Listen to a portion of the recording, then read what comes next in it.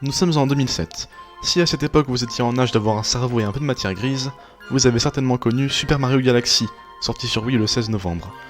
Nous étions beaucoup à avoir aimé ce jeu à sa sortie, notamment parce qu'il nous a permis de garder d'excellents souvenirs. Jouer pendant des heures devant notre écran de télévision, réussir à battre le boss de fin, finir le jeu, puis pleurer avant de recommencer pour espérer retrouver cette sensation. Mais en 2010, 3 ans plus tard, nous étions déjà en mesure d'avoir un avis critique plus poussé sur les œuvres. C'est alors que le 11 juin voit le jour Super Mario Galaxy 2, suite du premier opus, et probablement l'un des meilleurs jeux à avoir jamais existé sur une génération de consoles. Bonjour à tous et bienvenue dans cette analyse de Super Mario Galaxy 2. Analyse courte mais je l'espère pertinente, nous allons voir ensemble les différents éléments que nous propose ce jeu, avec cependant une insistance particulière sur le gameplay. Bon visionnage.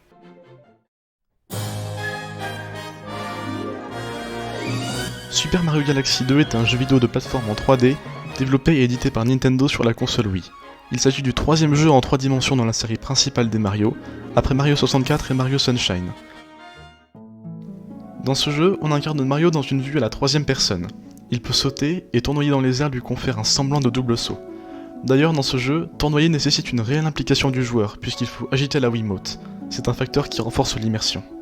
Pour ce qui est de la partie aventure, à bord de notre vaisseau, nous voyageons à travers des mondes, chacun étant composé d'une petite dizaine de galaxies. Chaque galaxie représente un niveau dans lequel on peut récupérer jusqu'à 3 étoiles différentes.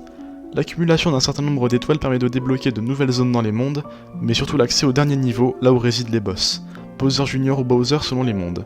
Après avoir vaincu l'un de ces deux boss, on récupère une grande étoile qui nous garantit l'accès au monde suivant. Les galaxies sont le cœur de ce jeu. Il faut explorer les environs, tuer les ennemis qui se présentent à nous, et voyager de planète en planète pour finalement trouver l'étoile qui se trouve au bout. Le tout en récupérant un maximum de pièces et de fragments d'étoiles, qui sont les deux monnaies du jeu. Les pièces permettent d'acheter des objets comme des vies supplémentaires, et les fragments d'étoiles servent à nourrir les goinfres, qui se transforment en de nouvelles galaxies inédites une fois rassasiées. Concernant les ennemis du jeu, non seulement le panel de variété est immense, mais ils sont aussi très cohérents avec les univers et concepts respectifs de chaque galaxie.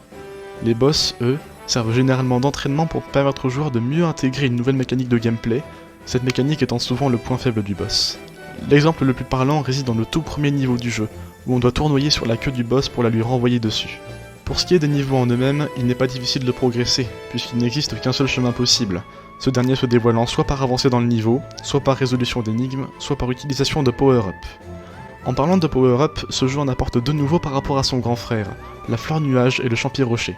La fleur nuage permet de placer jusqu'à 3 plateformes flottantes, et le champier rocher permet de se rouler en boule pour foncer dans les obstacles. Mais la particularité principale de Mario Galaxy 2 par rapport au premier opus, c'est qu'il ajoute la possibilité de monter Yoshi, ce dernier héritant lui aussi de 3 nouveaux power-ups qui lui sont propres. Le fruit épicé qui le fait courir à toute vitesse, le fruit léger qui le transforme en ballon et le fait flotter, et le fruit lumineux qui le fait briller dans l'obscurité et éclaire les chemins invisibles aux yeux de Mario.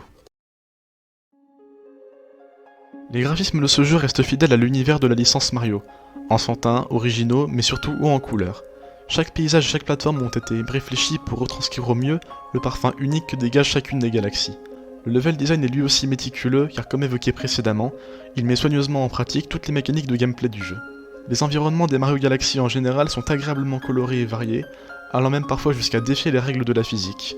Ce phénomène est assez flagrant dans la galaxie Station du Flocon de Braise, où des plateformes et des statues en glace tiennent parfaitement en place au milieu d'une mare de lave. Ces environnements sont également riches en créativité, alliant les lois de la nature et le level design. On peut prendre pour exemple la galaxie Anse étoilée, où il faut geler l'eau de 2 cascades jumelles pour atteindre une étoile par saut mural.